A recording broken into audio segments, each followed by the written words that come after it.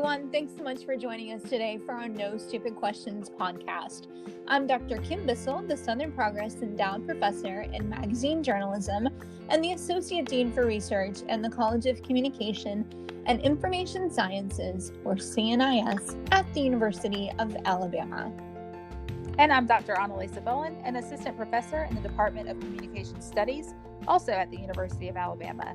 And we both work in the Institute for Communication and Information Research, or the ICIR, at UA. So today's conversation is taking us in yet another direction. And to be honest, it is one that we might be growing a little tired of generally talking about. But we're going to talk about it with maybe a different angle. Can you guess what it is? It's online learning. Yay! Online learning. Yay! But give us a chance here. So we're going to be talking about having an engaging online learning experience. It's not easy when I'm here, you're there, I'm in a box, you're in a box, and we talk so much about thinking outside the box. But our two guests today are going to be talking about just that, how to think outside of those Zoom boxes. You know, online learning looks differently for elementary school students, middle or high school students, and college students. But even through the differences, educators are not only teaching content, but hoping to engage students in what we call high impact practices, or HIPs. Our two guests today are Dr. Jennifer Becker, an assistant professor in communication studies at the University of Alabama, and Coral Bender, an assessment analyst at Tulane University and an adjunct faculty member in CNIS, also at UA. They are really passionate about online pedagogy, including providing opportunity for experiential learning within online learning spaces. We are looking forward to this conversation so we can learn more about ways we can improve what so many of us are doing right now, online teaching. As we welcome Jennifer and Coral, I also want to mention that Jennifer, Coral, and I will be presenting some ideas about experiential learning and assessing experiential learning at the 2020 Assessment Institute that is coming up later this month that you can register for free. Welcome, Jennifer and Coral. Welcome.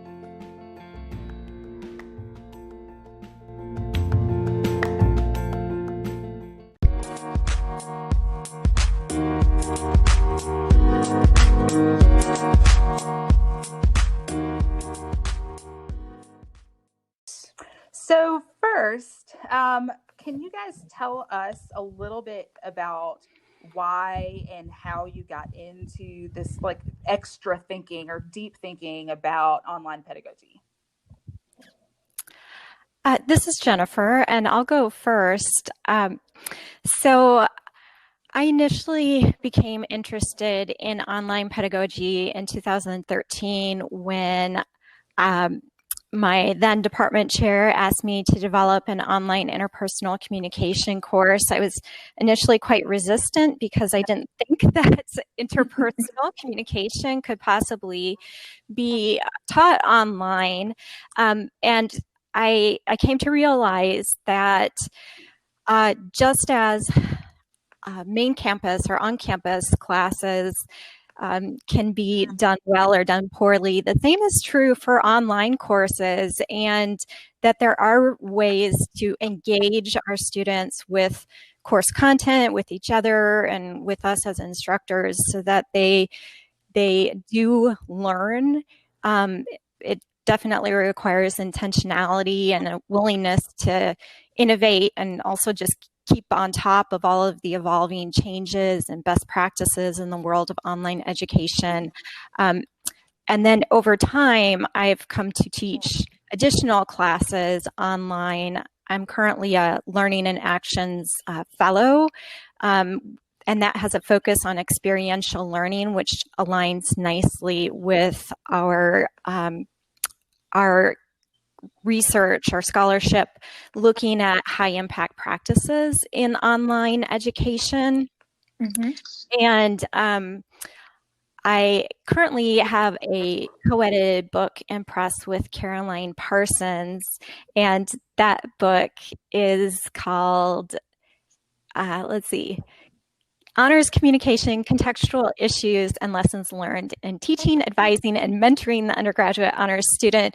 But that exposed me to this idea of HIPS in another way and these high impact practices. And then finally, I've been I spearheaded and have been involved with Annalisa and Coral in the CNIS online pedagogy interest group. So that's a bit about me and my interests. That's awesome. That is awesome, and I should have gone first because I can't live up to that.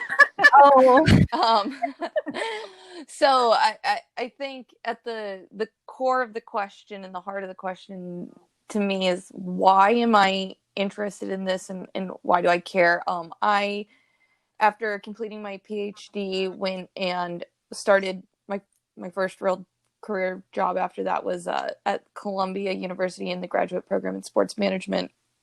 And we were working really hard, in a school of professional studies to bring in a lot of people from industry and out of school, as well as people from around the world. So we really had to focus on global and on having people who had already had a lot of career experience, but that might mean that they had a 9 to 5, and frankly, in the world of sports, often many more hours than that job. So The question starts to be, how do we best deliver this content to individuals who might not be able to be physically in a classroom all the time?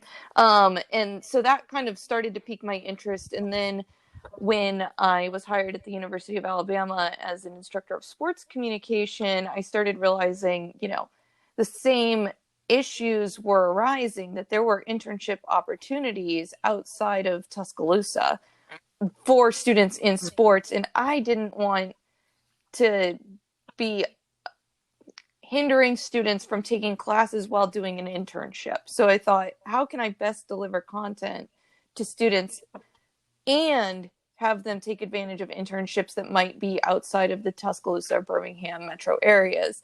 And that's where my passion for this has come, is how do I deliver content and empower others to deliver meaningful content? And what are the best practices therein, so that students can take advantage of all that we have as instructors to offer and more, and engage in some of those other high impact practices like Jennifer mentioned, such as internships. Well, so the three of you, and this is something that you had referenced, Jennifer, the three of you have been collaborating on a presentation that you're going to be making virtually at the 2020 Assessment Institute in October. So I'm assuming this means you're going to be using Zoom. And when we think about collaboration, we usually think about people, being across the table from one another and having conversations. So can you tell us a little bit about how this virtual collaboration has been going, and then sort of what you expect when you get in the Zoom presentation? Coral, would you like to take the lead this time? Sure. Or I can? Or I'll go first. So first of all, I am so thankful and excited to have these two as collaborators, because I think the same is true in virtual collaboration as is true in face-to-face collaboration, right? You have to have people that you can trust on your team. And it's great to know that I have people who are hardworking and excited about this, first and foremost, because every time we set a meeting to schedule to talk about our presentation, everybody's coming in with new, fresh ideas that they've worked really hard on. And it makes it just so much faster and easier and better. I think we also benefit from the fact that the three of us are very interested in online pedagogy. So we have some experience with Zoom and usually don't have the pain points of getting technology to work.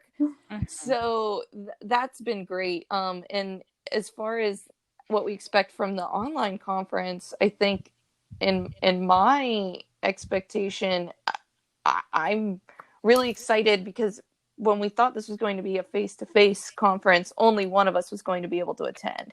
So the virtual nature of this is and the fact that all three of us can attend, because another pitch, it is free for everyone to attend.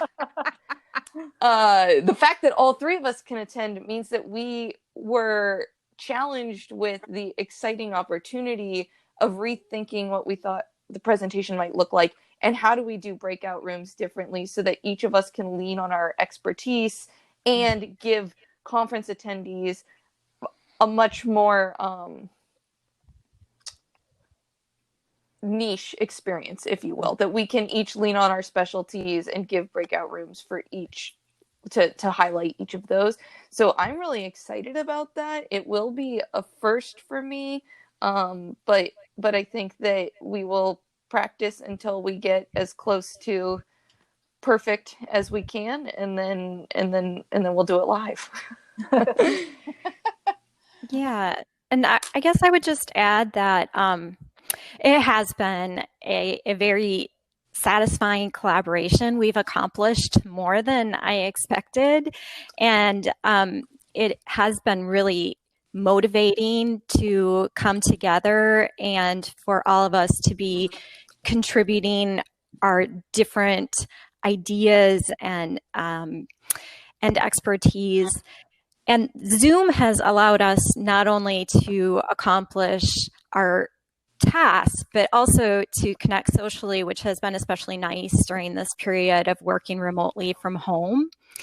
In terms of the virtual conference, for me, the most exciting aspect of presenting virtually is that we will be able to reach a much larger audience. And given that our focus is on integrating experiential learning into online education, it's such a timely and relevant topic. So I feel as though we're really going to be able to impact people at a time when they will need it most. So I have a couple of questions related to kind of what you guys have said. So I think when we first went to remote learning and working from home, every time there was a Zoom meeting, it was that little breath of fresh air, like, oh, I get to see a different person. And then the Zoom fatigue set in. Yeah. And so I think, I have really enjoyed meeting with you guys on Zoom, because it is that social, pleasant interaction. And I'm not saying that all meetings aren't pleasant. Of course they are. But how do you kind of find the motivation for another Zoom collaboration, another Zoom meeting? I think for me, I'll go back to my first point to the last question, is picking your collaborators is key. If you can pick people that you trust are going to do a good job when you're working independently, it's actually really refreshing to get to hear what they learned and get their perspective and feedback on what you've been working on independently. So I look forward to our meetings because, one, I think you're both great people, and I like to see your faces, but also because it is just really great to get feedback and perspectives that I hadn't thought of on my portion of whatever we're working on. And I look forward to that a lot. Yeah, for sure. So definitely, Zoom fatigue is real. On the other hand, I think we're fortunate in that we really click in terms of our passions and our respect for each other, and that we are we all follow through, and it makes for, again, a very satisfying collaboration. So thank you, Coral and Annalisa. Thank you so much. It's not always that way, as we know. So I really have to ask this question because I know it's on the minds of so many people right now. We're looking at the start of another academic year in either higher education, in many cases K-12 schools, where students are starting online. As a parent to an incoming freshman going out of state with every single one of her classes online, I'm on more parent forums than I should be, but I'm seeing over and over parents saying, you know, it's not going to be as good. Why do I have to pay out of state tuition? This is just dumb. So I would love to hear your thoughts on, online education and maybe help dispel these myths or even concerns about how the quality of education will decline because students are taking everything online.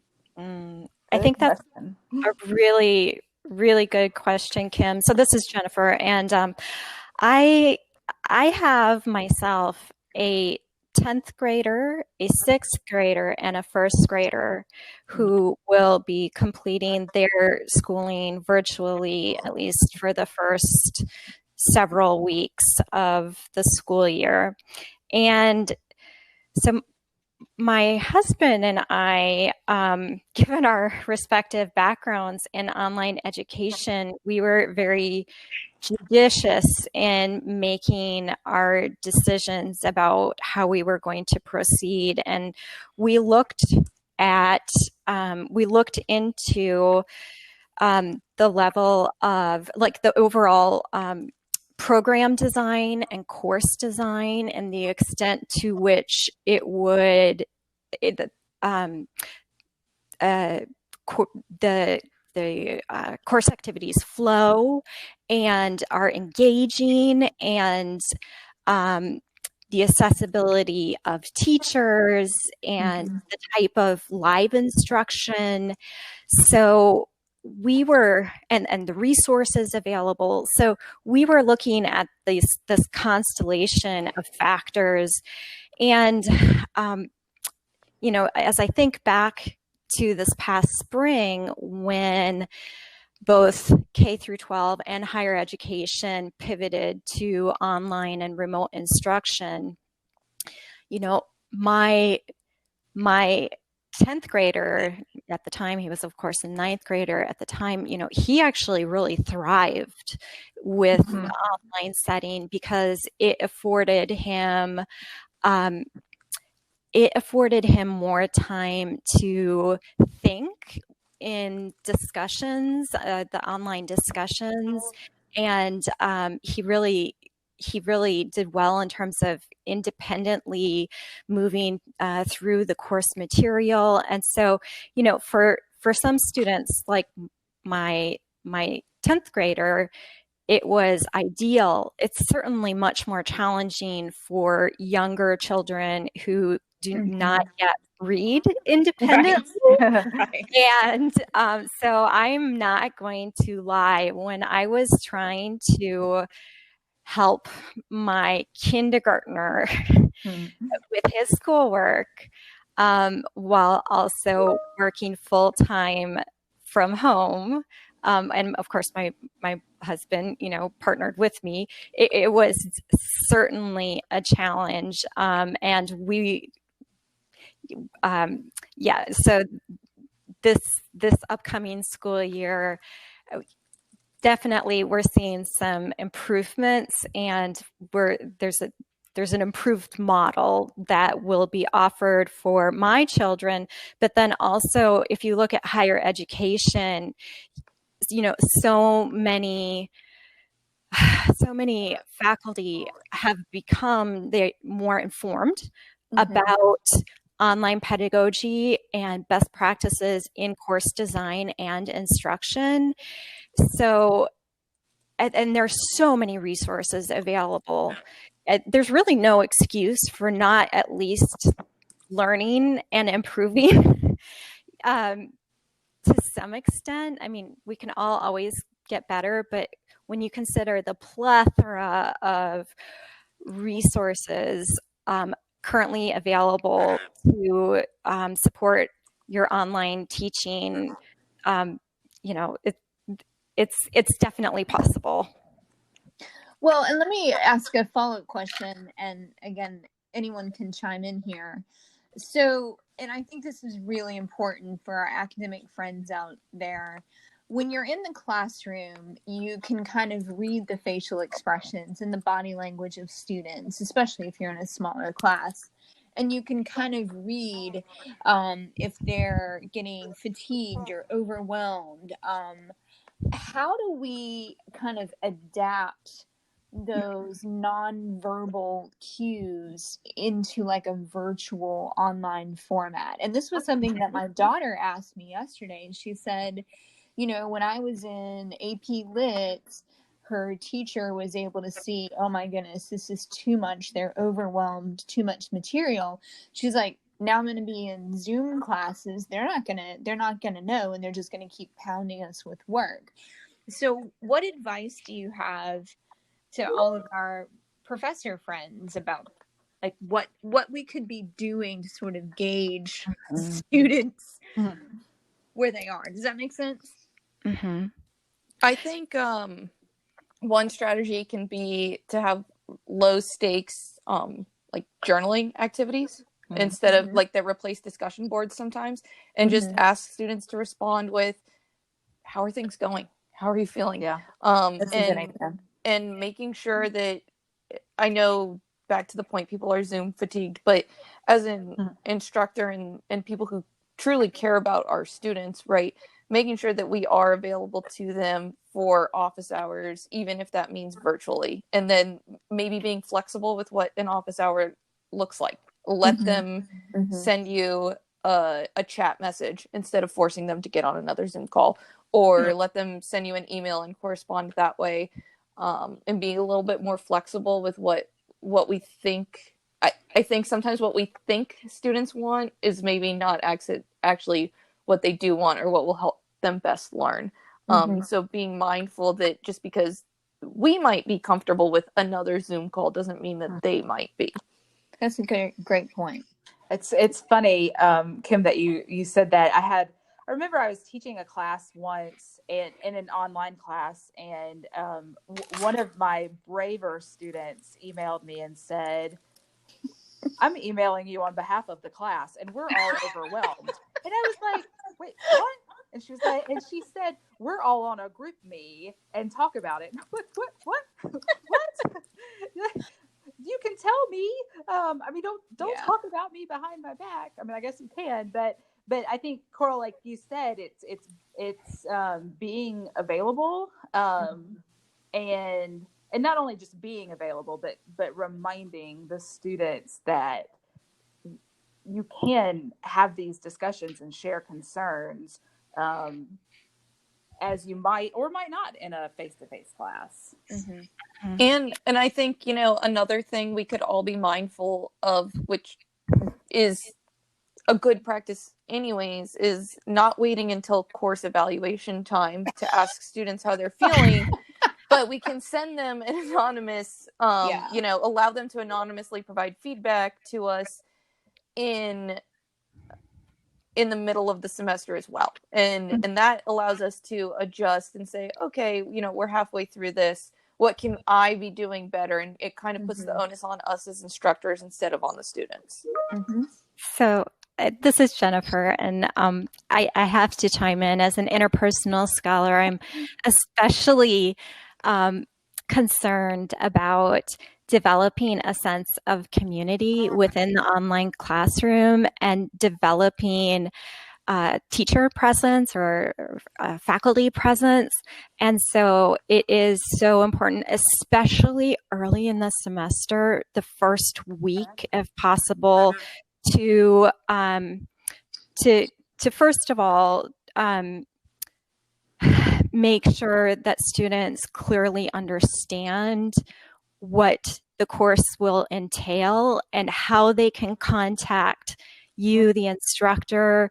It's really important in the beginning of the semester, especially this semester now, to just check in with students and ask them, do you have reliable internet? Does your computer have a camera for Zooming? Do you have any accessibility needs? Especially in case Zoom discussions need to be captioned or videos need to be captioned. And, just kind of an open-ended, do you have any concerns? But then also facilitating instructions within the class so that students have opportunities to interact and they feel as though they can get to know each other. And that's where Zoom really is beneficial, because when you when you do have the video and you can see someone's face and hear their voice, it is more it's more humanizing than just, say, for example, a Blackboard Learn discussion. And then just a couple other things. I always make sure to really personalize my feedback to students using their names. And then, just periodically letting them know that I really appreciate their commitment to their studies, especially for my graduate students who most of them are working full-time jobs and many of them have families. So that acknowledgement can go a long way. And then just also, kind of just conveying my own personality so that I seem, like it appears to them that there is a real live human being on the other side of that screen. And I'm not just a robot, but I am a person who does care about their learning. And I imagine, I find this for myself, but please weigh in here. I imagine that makes the teaching of the course more satisfying for you as well. Absolutely. Because, I think most faculty, we approach or we get into higher education because, of course, we love what we study, but we become professors because we really want to reach our students. We want to impact their learning. And so in the online classroom, to the extent that we can develop appropriate relationships with our students and they feel comfortable reaching out to us and so forth, it makes it a better learning experience for them and for me. Yeah. Yep. Yeah, I will echo all of that. In my philosophy, especially as someone who does a lot of advising for internships and career stuff, is if you can't know me a little bit as a person, right, appropriately as a person, how can you trust me that I'm going to advise you properly with your career decisions? So I try to make myself feel like a human being, whether that's on the other side of a screen or in front of a lecture as well. Yeah. So finally, kind of a fun question for you both. I know you guys were supposed to be, or one of you is supposed to be traveling to a conference this October. And as academics, we do have the good fortune of being able to travel to different countries or different cities around the United States to present our work. What's one of the favorite places you have visited when you've gotten to present it in person? This is Jennifer, and I always enjoy going to New Orleans. Not for Bourbon Street, but no, I just enjoy the vibrancy and the energy there. It's compared to any other city, I just feel as though conferences there have this this vibe about them that is electrifying, and so I enjoy that, and how it becomes infused into the conference itself. Good answer. Gee, that's a great question. I have to say I'm originally from California, so anytime I can go back home, and obviously friends, but since the question was where do I like to go, get some really good food back from California, and maybe see my family after hours. That's always a great opportunity. So last question here is, can you guys tell us one more time what the conference is that we are presenting at, how they can register, are there costs, and who might benefit from virtually attending?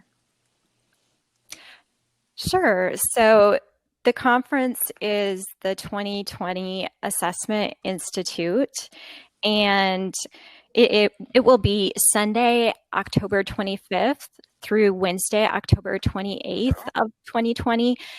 The deadline for free registration is October 12th. So mark your calendars and make sure that you register by October 12th. And the website is assessmentinstitute.iupui.edu. Perfect. Jennifer and Coral, thank you so much for spending some time with us. It's been really fun talking with you this morning, and we really think our listeners are going to enjoy it. So thanks so much. Thank you. Thank you. Yo. All right. Bye. Bye.